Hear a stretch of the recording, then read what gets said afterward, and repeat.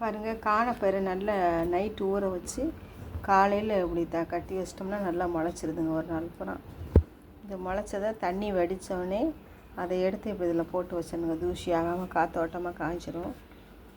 வந்து சுண்டல் இதே மாதிரி நம்ம முளைக்க வச்சு காய வச்சுருக்கோம். ஹெல்த் பவுடருக்கு பாருங்கள், நம்ம கருப்பு உளுந்தையும் இதே மாதிரி முளைக்க வச்சுருக்குறோம். இதேமாரி காய வச்சு நம்ம வச்சுக்கணும். பாருங்கள், கருப்பு கவுனி அரிசிங்க. இதையும் நல்லா ஊற வச்சு தண்ணி வடியவும் ஒரு நாள் உணரவும் இதை நல்லா வறுத்து எடுக்கணுங்க. வறுக்கணும். ரெண்டாவது வந்து கம்பு கேப்பை அதையும் ஊற வச்சு இதே மாதிரி முளைக்க வச்சிடணும். எல்லாத்தையுமே முளைக்க வச்சு நம்ம காய வச்சு அதை பவுட்ரு பண்ணி பாதாம் 1 கிலோ போடணும், பிஸ்தா அரை கிலோ போடணும், முந்திரி பருப்பு ஒரு 1/4 கிலோ, நிலக்கடலை பருப்பு ஒரு 1/4 கிலோ. இப்படி வந்து 15 வகையில் எல்லாமே போட்டு நம்ம சத்து மாவு ரெடி பண்ணுவோங்க. இது காலையில் பாலில் போட்டு ஆற்றி குடிக்கலாம், சுடுதண்ணில் கூட குடிக்கலாம்.